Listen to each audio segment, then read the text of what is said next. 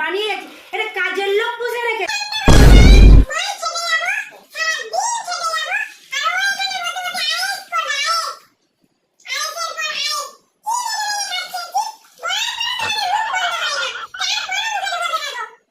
বলছি, তারপরও গিলেই যাচ্ছ গেলা তো বন্ধ আর পাই না।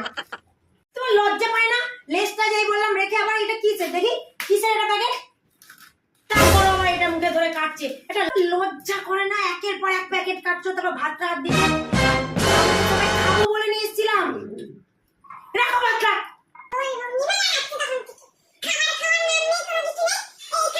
খাচ্ছে, জীবনটা বরবাদ করে দিল। কপাল।